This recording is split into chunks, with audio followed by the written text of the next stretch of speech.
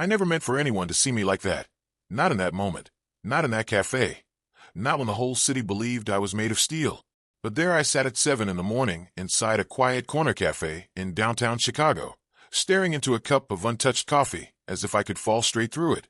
Snow tapped softly against the window, the kind that looks peaceful from the outside but feels like a weight pressing down on your chest when you're living inside your own head. My name is Lennox Hale, and at 31 years old, people call me the youngest tech billionaire in Illinois. Reporters say I'm brilliant, ruthless, untouchable. But that morning, I felt none of those things. I felt hollow, like someone had scooped out everything inside me and left only the shell. The cafe was nearly empty, just a couple of college kids studying, an older man reading the Tribune, and the soft hum of the espresso machine. I kept my head down, hoping no one recognized me. My hands were trembling, a cold sweat forming along my hairline. I had barely slept in the past 3 days, not since the nightmare started returning, not since the message, not since the memory I couldn't drown anymore. Then I heard soft footsteps. Small, light. I didn't look up, not until a tiny voice whispered, almost as if she was afraid of hurting me with the question, "Are you okay?" I froze. Slowly, I raised my head, and there she was, a little girl, maybe 6 or 7, with curly brown hair, big curious eyes, and a pink coat zipped up to her chin. She wasn't smiling. She wasn't scared. She just looked concerned. Genuinely concerned. No one had asked me that in years. Something cracked inside my chest. My throat tightened, my vision blurred, and before I could stop myself, my face crumpled. A sound escaped me. Something raw, broken, unfamiliar. I covered my eyes with my hand, but it was too late. I was crying. In public. In front of a child. Her tiny hand touched my sleeve. "It's okay," she whispered again, softer this time. That simple kindness hit me harder than any tragedy in my life. But before I could answer, before I could pull myself together, the cafe door swung open so fast it slammed against the wall. A woman rushed inside, breathless, panic in her eyes. "Lila," she shouted. "Sweetheart, get away." Her gaze landed on me, and in an instant her entire body froze. Not in surprise, not in recognition, but in terror, as if seeing my face was the worst thing that could have happened to her. I didn't understand the woman's terror, not yet, but the way she grabbed her daughter and pulled her close sent a quiet shiver up my spine. It didn't feel random. It felt personal, like a shadow reaching across years I tried to forget. And maybe that's why, as I walked home later through the biting Chicago wind, my mind drifted backward, to a town most people ignore on the map, Crestwood, Indiana. Population, too few and too tired. My childhood home was a trailer that leaned slightly to the left, its metal skin rattling whenever the wind pushed too hard. Winters there felt like punishment. Summers felt like survival. Mom worked double shifts at a diner off Route 12, and Dad was there until he wasn't. When he did come home, the air changed. He carried the kind of silence that made you hold your breath. Tall, rough hands, always smelling like gasoline and cigarettes. He didn't talk much, but when he did, his voice was sharp, like every word was a warning. Money was our biggest enemy. The kind that made your stomach hurt. The kind that made kids whisper about you at school because your shoes were taped and your backpack had a broken zipper. But even back then, even in all that mess, I found something that felt like mine. Computers. The first time I touched one, I was 9. The local library had an old Dell with a missing key, and I used to sit there for hours until the librarian flicked the lights to kick me out. It didn't matter that it ran slow or froze every 20 minutes. When the screen glowed, so did I. It was the only place where things made sense, where problems had answers, and answers had patterns. I felt safe there. By 12, I was fixing neighbors' machines for cash, saving every dollar in a metal lunchbox under my bed. Mom said I had a gift. Dad said it was useless. But the last night he was home, something happened that tore a hole straight through everything. It was late, past midnight, when I woke to shouting outside. Not the usual kind. This was frantic, like someone begging for their life. I crept to the living room window and pulled the curtain just an inch. Dad was in the yard, and he wasn't alone. 2 men stood with him, bigger, angrier, their faces half lit by the weak porch light. One grabbed Dad by the collar. The other pulled something from his jacket. I thought it was a flashlight at first. It wasn't. The metallic click echoed through the cold night. Dad raised his hands. One of the men leaned in close, whispering something I couldn't hear. Then Dad pointed directly toward our trailer. Toward me. And that's the last thing I remembered. because the rest of that night disappeared from my memory like someone erased it on purpose. The woman's terrified stare followed me long after she dragged her daughter away from my table. Even as I walked home through the morning cold, her expression replayed in my mind. Wide eyes, tight jaw, a fear that was too specific to be random. People usually reacted to me with curiosity, awe, sometimes jealousy. But fear? Not like that. Not like she'd seen a ghost wearing my face. I tried to shake it off, but the moment I stepped into my penthouse, the floor-to-ceiling windows, the polished marble floors, the cold echo of too much empty space, it all came crashing back.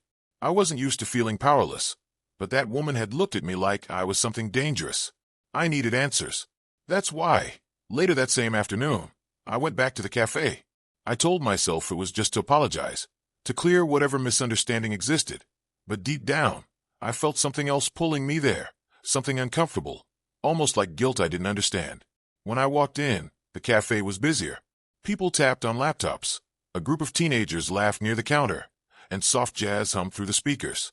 But my eyes went straight to the corner booth. She was there, the woman from the morning, dark hair pulled into a messy bun, coat zipped up, eyes scanning nervously around the room, like she was expecting trouble. Her little girl sat beside her, coloring. For a moment I hesitated. Maybe I should have left. But before I could change my mind, she looked up and froze again. I lifted a hand slightly in peace. I just wanted to apologize, I said gently. I didn't mean to upset you or your daughter. Her jaw clenched. She didn't speak. I'd like to pay for your breakfast, I continued. It's the least I can do. Her reaction was instant.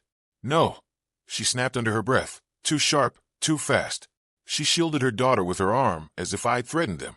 Don't do anything for us. I swallowed. Ma'am, I think you're mistaking me for someone else. I'm not, she whispered, eyes darting toward the exit. I know exactly who you are. My heartbeat kicked up. Then help me understand. Why are you afraid of me? She leaned forward just enough that only I could hear her. Her voice trembled, but it wasn't weak. It was angry, broken, because your family ruined my life. The words hit me like a punch. Before I could respond, she grabbed her daughter's hand, stood up, and hurried for the door, but not before whispering one last warning. Please don't come near us again. And just like that, she disappeared into the winter cold, leaving me stunned, breathless, and suddenly certain of one thing. This wasn't a misunderstanding. This was a buried truth rising back to the surface. I didn't go back to my office that day. I didn't check emails, didn't take calls, didn't pretend that everything was normal. Instead, I drove straight home with my thoughts spinning like loose wires sparking in the dark. Your family ruined my life. Her voice echoed through the quiet of my penthouse long after I walked inside. I paced across cold marble floors, rubbing the tension from my forehead, trying, and failing, to make sense of her fear. She wasn't wrong about my family. They had secrets, ugly ones, but I'd spent my entire adult life trying to distance myself from that past. Yet today made it painfully clear. The past wasn't done with me. I hadn't looked through my father's things in years. I kept them stored in a locked utility room, boxes I'd once sworn I'd never open again. But something told me the answers were in there. Maybe the truth I'd been avoiding was about to claw its way back, whether I was ready or not. I pulled the chain to the overhead light. The room buzzed faintly, illuminating dust floating in the air. In the corner sat 3 old boxes, battered, edges crushed from years of being moved around and ignored. The top one had my father's handwriting on it, sharp, rushed letters, personal. My chest tightened. I knelt, opened it, and the scent of old paper and gasoline drifted out, just like him. Inside were things I barely remembered: a rusted lighter, receipts from gas stations, a watch with a cracked face, a folded denim jacket that still smelled faintly of cigarette smoke. Nothing explained anything. Nothing linked me to that woman. Nothing. Until I reached the bottom. A second, thinner box lay underneath everything else. It wasn't labeled, just taped shut. My pulse thudded as I slid it out and tore the tape. Inside were photographs, dozens of them, of my father at different ages and places. Some looked recent, too recent for a man who supposedly disappeared 20 years ago. My hands shook as I flipped through them. Then I froze. There, tucked behind a stack of papers, was a single photograph. Older, worn at the edges. My father stood in the center of the frame, arms crossed, face stern, and beside him, younger, maybe 16 or 17, was the cafe woman. No mistaking the eyes, the jawline, the same haunted stare she had given me that morning. They weren't strangers. They knew each other. Deeply. And the most chilling part wasn't their proximity. It was how her teenage hand clung to his arm. Like she trusted him. Like she belonged there. My breath caught in my throat as one horrifying truth settled over me. She hadn't mistaken me for someone else. She had looked at me with terror, because she already knew the face of the man standing beside her in that photo. My father. The photograph burned in my hand long after I set it down on the kitchen counter. I kept pacing, dragging my fingers through my hair, trying to make sense of something that refused to make sense. My father hadn't just disappeared. He'd been living a second life. A secret one. And that woman, the one who looked at me like I was a nightmare in broad daylight, she was part of it. I went back to the box, digging deeper like a man tunneling toward oxygen. Beneath the photos were envelopes, thick ones, sealed, yellowed, and marked with Chicago addresses. My stomach tightened as I opened the first. Inside were school records. Not mine. A girl's. Same last name as the woman. A different address. All in Chicago. The second envelope held hospital forms, emergency contact information, my father's name scribbled under parent/guardian. The dates lined up with the years he claimed to be working out of state. The years he came home less and less. The years Mom stopped asking where he'd been. I opened another. And another. Every letter, every document, every receipt pointed to one truth. My father had a second family in Chicago. A family he'd cared for, visited, funded, protected. A family he chose over us. I felt sick. The woman's terror suddenly made sense, and didn't. If my father lied to both families, why would she look at me like that? What did she think I knew? What did she think I'd done? I needed answers. Real ones. From someone who wasn't afraid to give them. There was only one name I could think of, Rudy Haskins, an old mechanic from Crestwood who used to work with my father. He'd known him better than most. Knew the kind of trouble Dad dipped into. I drove to Rudy's shop on the south side, my mind scraping through every memory like shards of glass. The shop looked the same, faded red paint, rusted sign, the smell of oil thick in the cold air. Rudy stepped out from behind a car hood, wiping grease from his hands. His beard had gone gray, but his eyes were sharp as ever. "Lennox Hale," he muttered. "Haven't seen you since you left town." "I need to ask you about my father," I said. "About Chicago. About the people he knew here." Rudy's expression tightened. He didn't ask why. He just motioned me inside. We sat across from each other in his cluttered office. I laid the photo on the table. The moment Rudy saw it, he sighed like a man exhaling 20 years of secrets.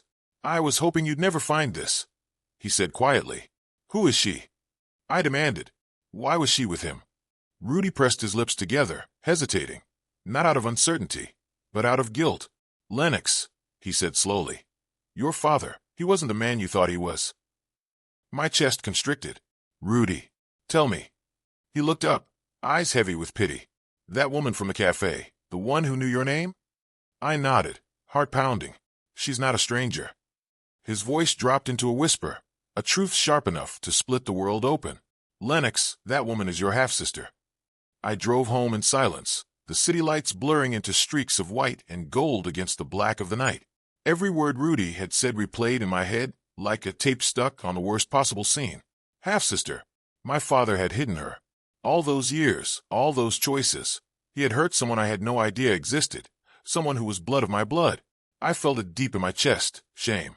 Shame that I had been oblivious, living my life in the comfort of ignorance, blind to the damage my family had caused. Every successful deal, every headline, every party I'd attended, it all felt hollow now, built on the shadow of a lie. And guilt. Guilt for even considering that her fear was irrational. It wasn't.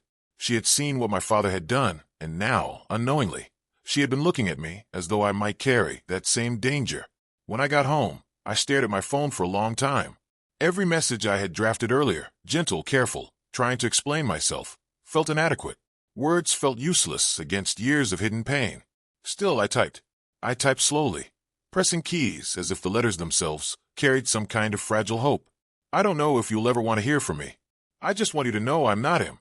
I'm your brother. I want to understand. Please, let me make this right." I hesitated. My thumb hovered over the send button. The snow outside blanketed the city in quiet, giving me a sense of false comfort. Finally, I pressed it. Hours passed. I went to the kitchen, made coffee I didn't drink, stared out the window at the skyline. My phone stayed silent. And then, Just as I began to sink into a pit of despair, it buzzed. Her reply appeared on the screen. One message. No greeting. No preamble. Just words sharp enough to cut through steel. Stay away. Your father destroyed us. And someone is still watching me. The color drained from my face. I read it again. And again. Each time, the final sentence burrowed deeper into my chest. Someone is still watching me. The guilt I felt twisted into a new fear. I hadn't hurt her intentionally, but the shadow of my father's sins, and now, possibly my own, loomed larger than ever. I wanted to argue. I wanted to convince her I wasn't dangerous. I wanted to apologize. But every instinct screamed that she was telling the truth, that her fear was real. And in that moment, I realized this wasn't just about a family secret anymore. It was about danger. And for the first time, I felt it clawing at me. The unmistakable certainty that my father's past had not stayed buried, and it was reaching across time to pull us both into its dark wake.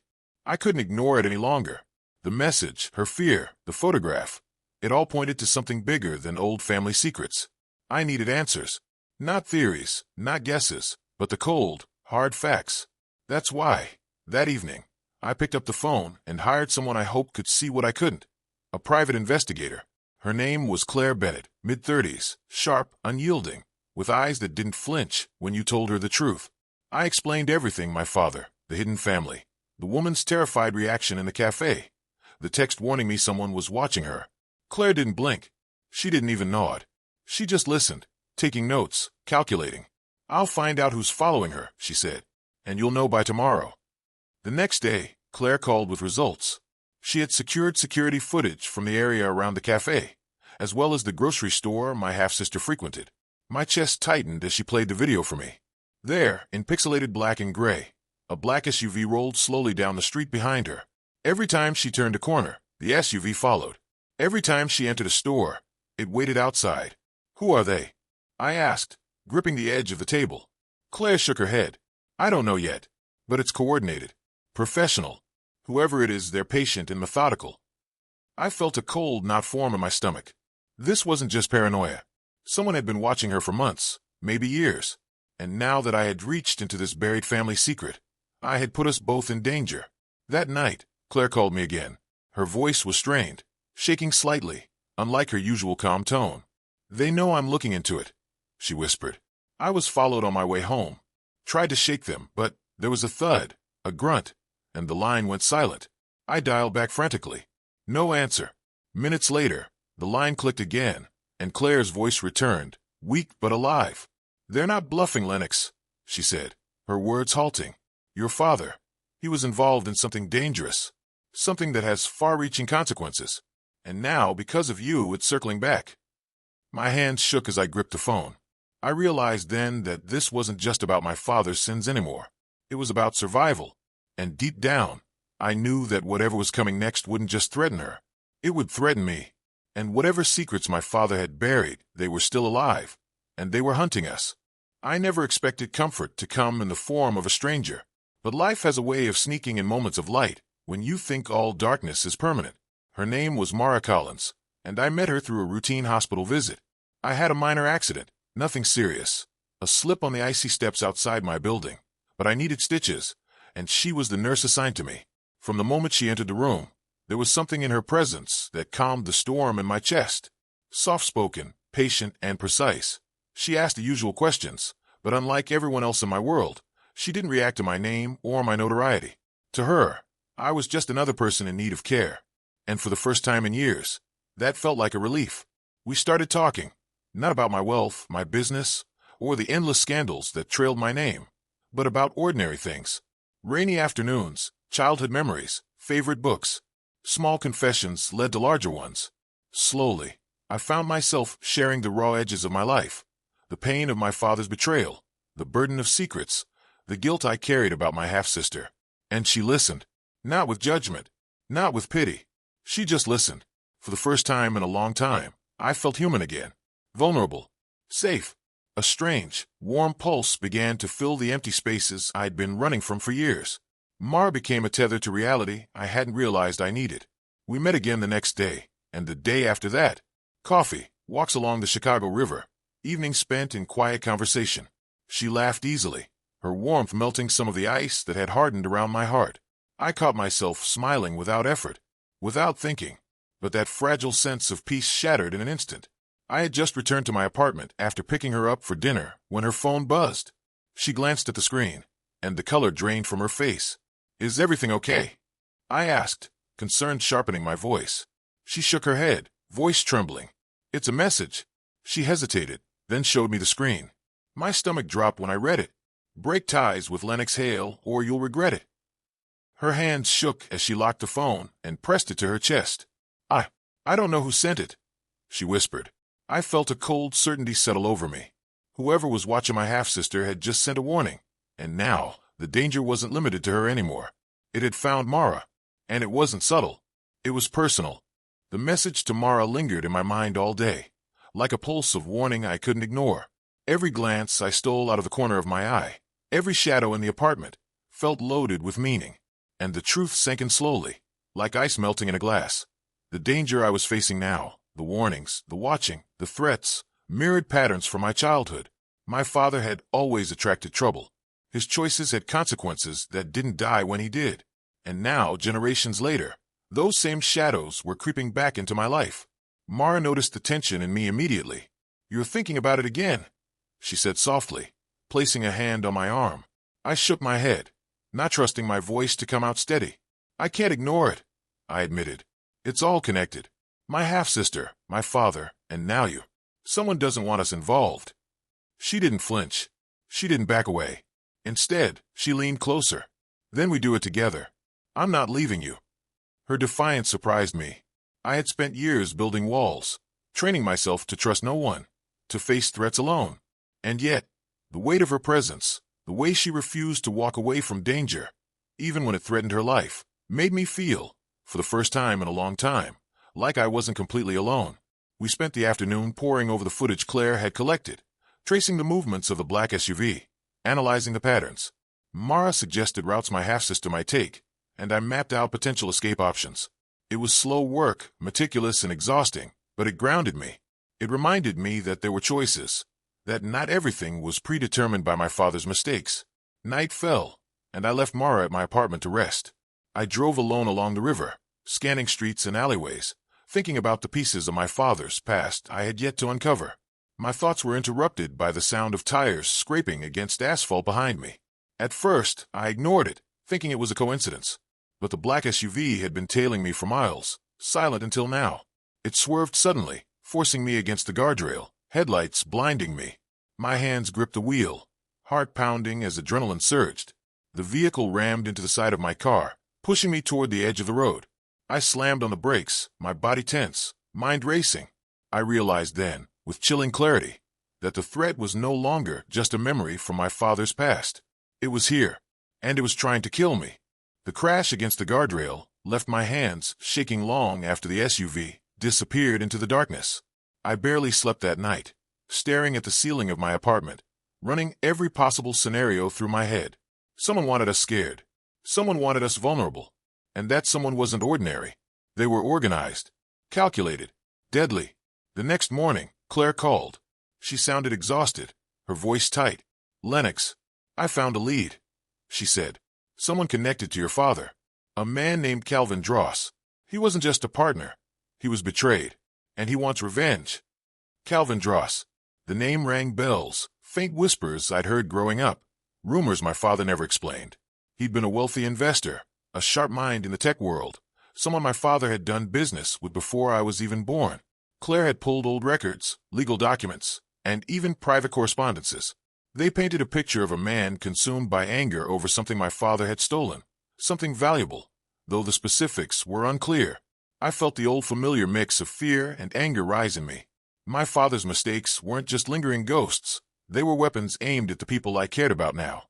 Mara, my half-sister, that little girl. I had to act.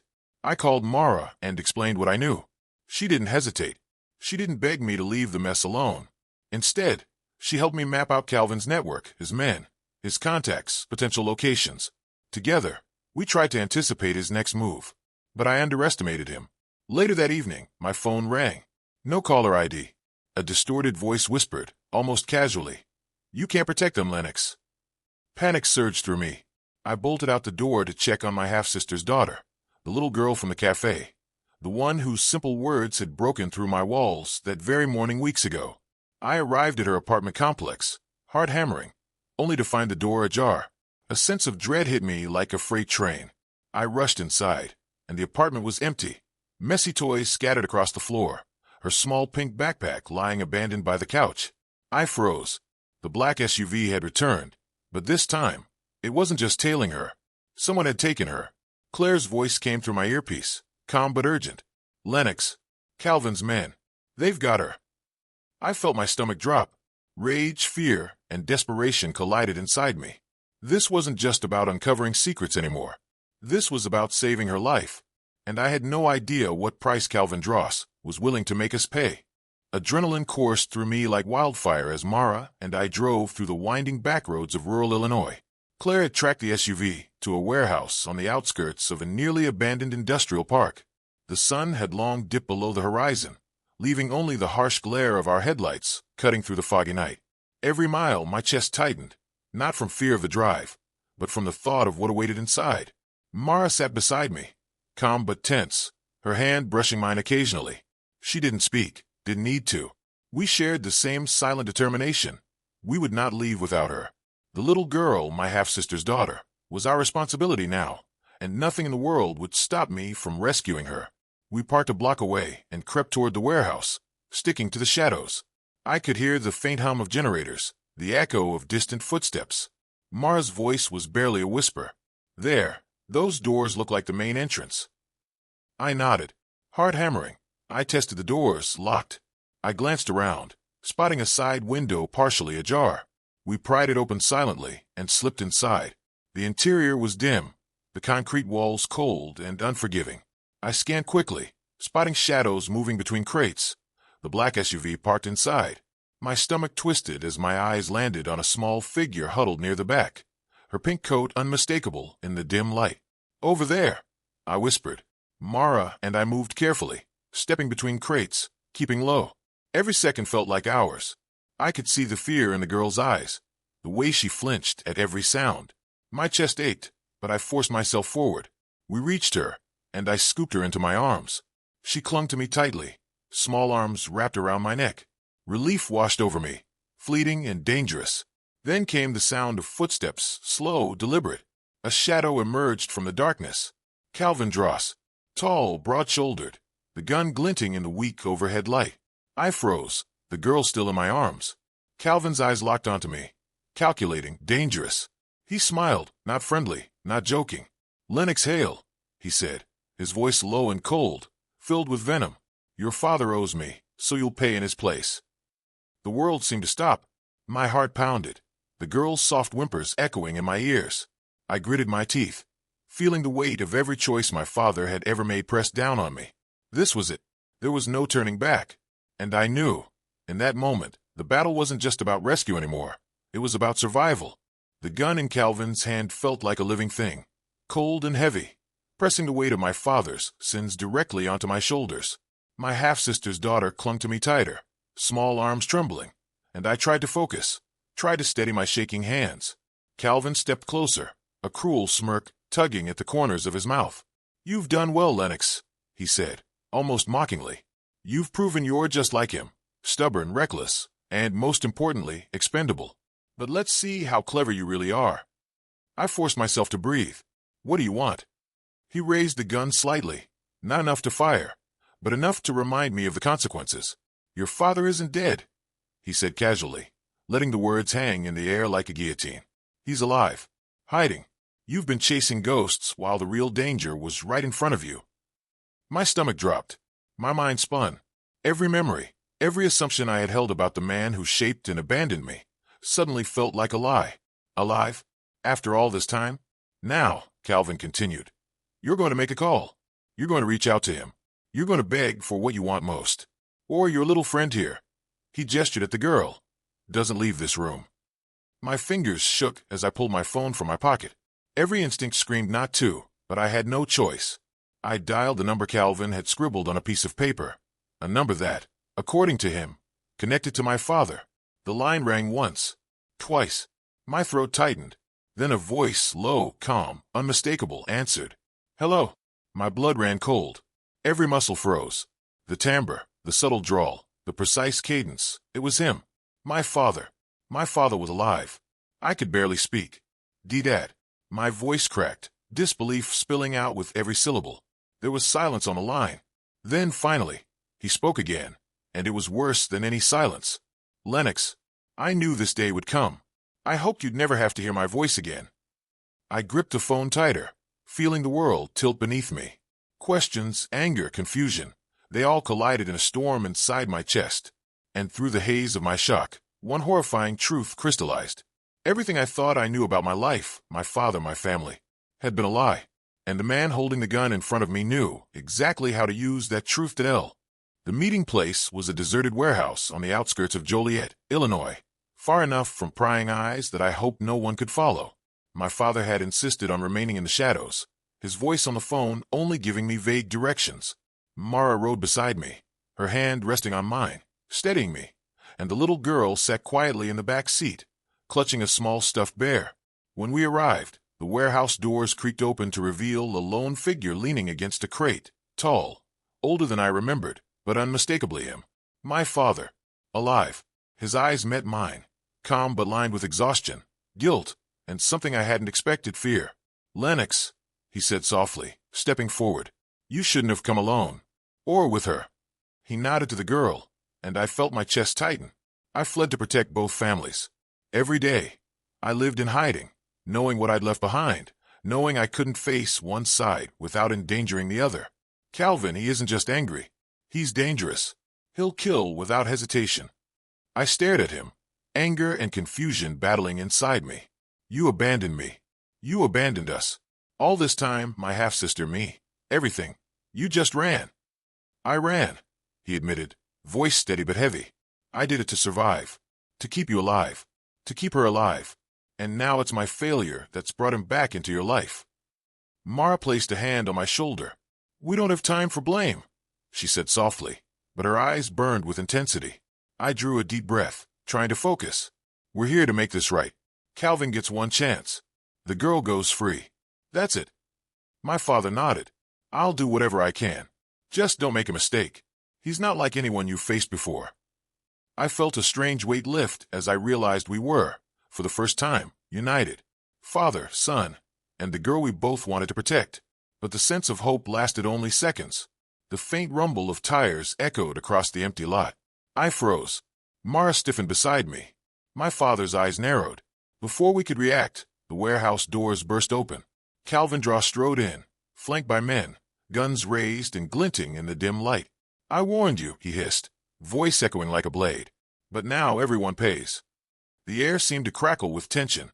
Guns were pointed. Hearts raced.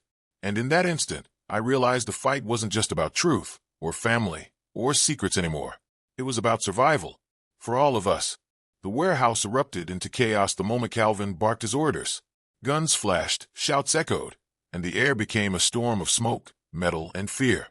Mara pressed herself against a stack of crates, pulling the little girl close. My heart pounded so violently I thought it might explode. Every instinct screamed to fight, to protect, to survive. I dove behind a crate, firing as carefully as I could, trying to keep Calvin's men at bay while keeping sight of the child. My father moved with surprising agility for a man who had been in hiding for decades. He positioned himself between me and the line of fire, his eyes meeting mine for a brief, silent moment. "Go!" he shouted, voice cutting through the gunfire. I hesitated, but then he stepped forward, drawing Calvin's attention entirely onto himself. Bullets tore through the space where he had stood moments before. I felt my stomach drop as the realization hit me. My father had thrown himself in front of Calvin's bullets. Mara grabbed my arm. "We have to move now." I didn't need to be told twice. I scooped the little girl into my arms, following Mara as we darted toward the exit. Sirens wailed in the distance. Claire had already called the police, and reinforcements were arriving. The sound of metal clashing with concrete, followed by the deafening authority of sirens, announced the end of the confrontation. Calvin and his men were pinned by the police, their guns raised in futile surrender. I heard their curses, the harsh click of handcuffs, the weight of justice finally landing on them. But there was no time to celebrate. My father lay motionless amidst the chaos, the warehouse echoing with the hollow sound of what we had lost. I wanted to run to him, to call his name, but Mara held me back, her grip firm but trembling. When it was over, and the police cleared the scene, my half-sister arrived, her face pale, eyes wide with terror and grief. She rushed forward, clutching the little girl, then collapsed to her knees beside the crates. Tears streamed down her face as she whispered, voice breaking, almost pleading, "He saved us, but can we ever forgive you?" Her words cut deeper than any bullet. I stared down at her, at the little girl, and at the absence where my father had been. The truth hit me harder than I could have imagined. Survival had come at a cost. Justice had been served. But some wounds, the ones left by betrayal, secrets, and years of silence, were far more complicated to mend. And as I knelt beside them, trying to comfort my half-sister and the child I had sworn to protect, I realized that forgiveness would be the hardest thing of all. The weeks that followed were quiet in a way I hadn't known was possible. Chicago's skyline stretched out like a reminder that life continued, indifferent to chaos and tragedy, but I found a small peace within it. The police had wrapped up their investigation. Calvin Dross and his men faced long sentences, and the city slowly returned to its rhythm. My half-sister, Alara, had slowly allowed me into her life. At first, there was distance, mistrust in every glance, every word, but I showed up day after day, not as a billionaire, not as the son of a man whose sins haunted us all, but as someone willing to protect, to be accountable, to be present. The little girl, the one who had whispered those words in the cafe, looked at me differently now. Her small hands held mine as we walked through the park, her laughter mingling with the autumn wind. I was learning how to be a father figure, a protector, a person worth trusting. Every scraped knee I kissed, every bedtime story I read, every small victory of trust earned felt like redemption I didn't know I deserved. Mara remained by my side.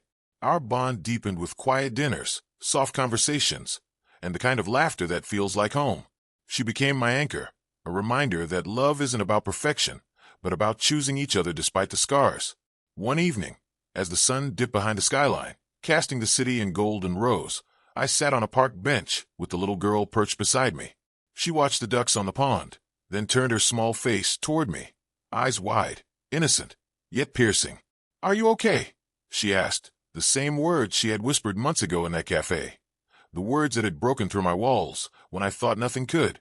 I felt the weight of everything, my father's secrets, the danger, the fear, the loss, the guilt, the love, the redemption, pressing in at once. And for the first time, I could answer truthfully. "Not yet," I said, my voice steady, carrying a quiet hope I hadn't felt in years. I squeezed her hand gently. "But I'm finally on my way." She smiled, and in that moment, I realized that healing wasn't about forgetting the past. It wasn't about erasing pain or escaping shadows. It was about walking forward, carrying the lessons, the scars, and the love, step by step.